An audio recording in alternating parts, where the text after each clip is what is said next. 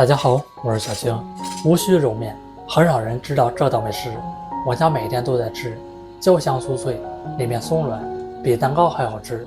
做法简单，一起来看看我是怎么做的吧。首先准备一根红薯，先刮去外皮，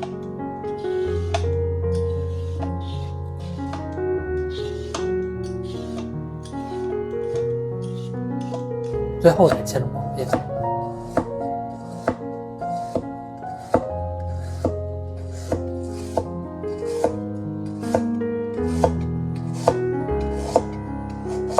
放入盘子里面，放入蒸锅蒸10分钟，蒸熟。红薯蒸熟取出来，放入大碗里面。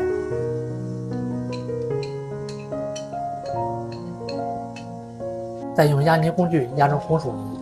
我每天都会分享一道家常美食食谱，感谢您在影片下方给我点个赞及订阅支持一下，非常感谢您。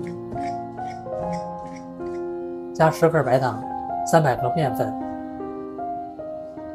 ，3克发酵粉，200克常温水，来搅拌一下，把里面的食材都混合均匀。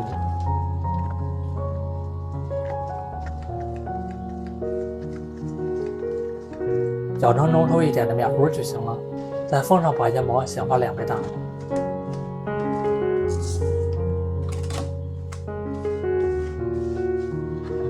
现在已经显化到位了，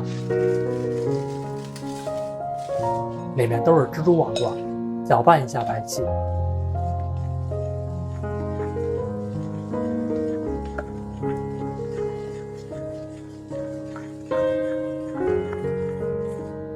准备一个硅胶模具，喷一层食用油，防止粘连，再倒入面糊。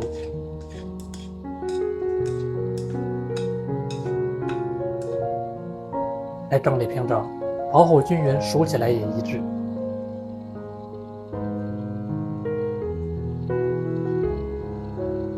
放入温暖的地方继续显化10分钟。10分钟过后，表面撒一层白芝麻，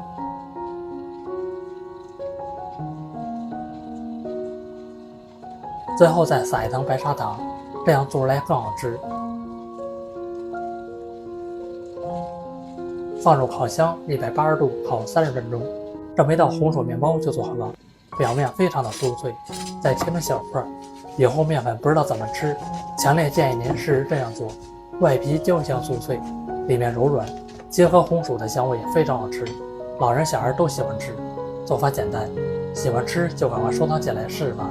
感谢您的订阅支持，我们下期食谱再见。